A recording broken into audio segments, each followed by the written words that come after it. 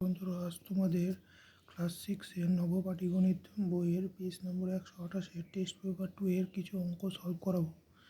এখানে দেখো কিভাবে হবে। দেখো 6 নম্বর অঙ্কটা বলেছে 1000 টাকা ABC-কে এমনভাবে ভাগ করে দাও যেন AB এর দ্বিগুণ এবং BC এর 3 গুণ পাই। এখানে আমরা ধরে নেব C পায় 100 টাকা। তাহলে এখানে দেখো বলেছে BC এর 3 গুণ টাকা পায়, তাহলে B পাবে 300 টাকা। আবার দেখো AB এর দ্বিগুণ পায়, AB এর দ্বিগুণ পায় মানে হচ্ছে A বাই 400 টাকা। সুতরাং এখানে অ্যান্সার হবে A বাই 600 টাকা, B বাই 300 টাকা, C বাই 100 টাকা।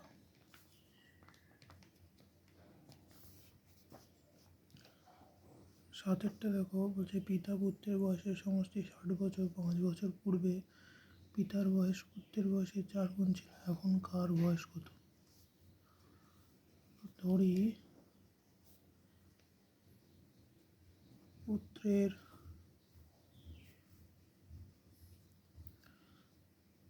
পাঁচ বছর আগে বয়স ছিল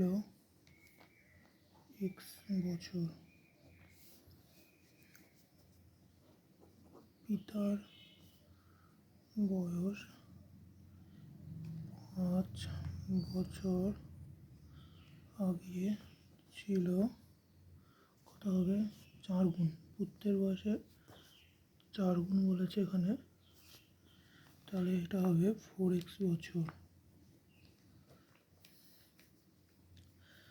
তাহলে বর্তমানে এদের বয়সের সমষ্টি 60 বছর, তাহলে এখন পিতা ও এখন মানে বর্তমানে পিতা ও পুত্রের বয়স, তাহলে এটা 5 বছর পরে হবে।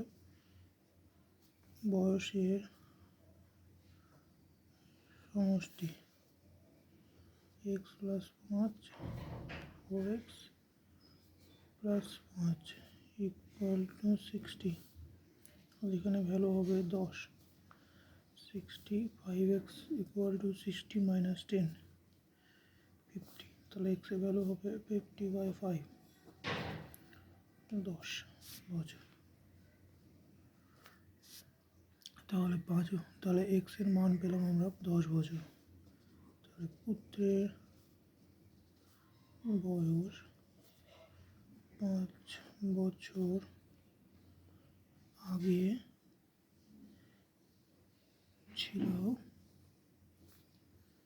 10 বছর, আর পিতার বয়স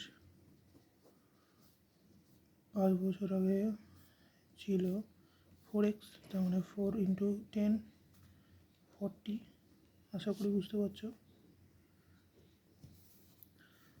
তাহলে এটা 5 বছর আগে, তাহলে বর্তমানে পুত্রের বয়স যেটা হচ্ছে তোমার 5 বছর পরের কথা বলছে, 10 প্লাস 5